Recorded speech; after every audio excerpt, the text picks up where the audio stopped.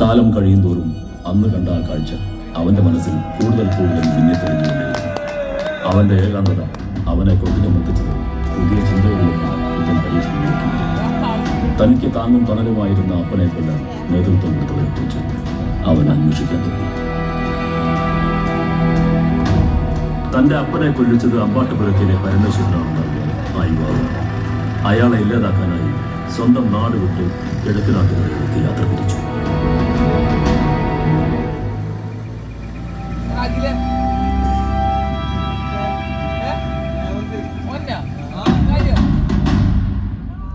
ആർക്കും ഡൗട്ട് തോന്നാതിരിക്കാനായി ആ ചെറുപ്പക്കാരൻ പരമേശ്വരന്റെ തറവാട്ടിലെത്തി.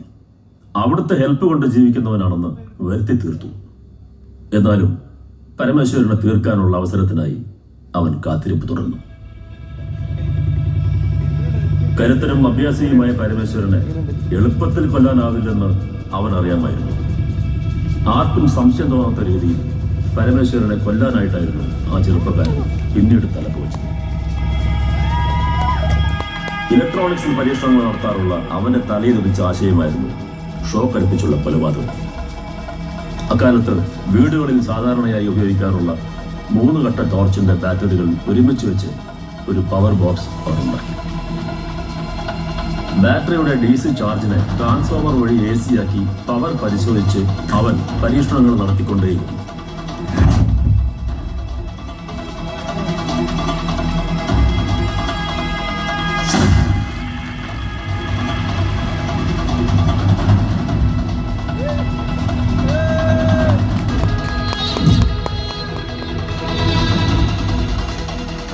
തന്റെ കയ്യിലുള്ള പവർ ബോക്സ് വെച്ച് ഒരാളെ കൊല്ലാൻ കഴിയുമെന്ന് ഉറപ്പായതോടെ ബാറ്ററി ബോക്സിൽ നിന്നും നീളത്തിലുള്ള ചെമ്പ് കമ്പി അവൻ പരമേശ്വരൻ സ്ഥിരമായി വരുന്ന വഴിയിലെ ചെളിവെള്ളത്തിലേക്ക്.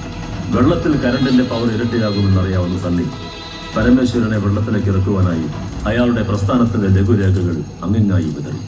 ഒപ്പം നക്സലുകൾ ഉപയോഗിക്കാനുള്ള തോൾ സഞ്ചിയും കണ്ണടയും വെള്ളത്തിനടുത്തായി വെച്ച് അവൻ സമീപത്തുള്ള കുറ്റിക്കാട്ടിൽ പരമേശ്വരനെയും കാത്തിരുന്നു.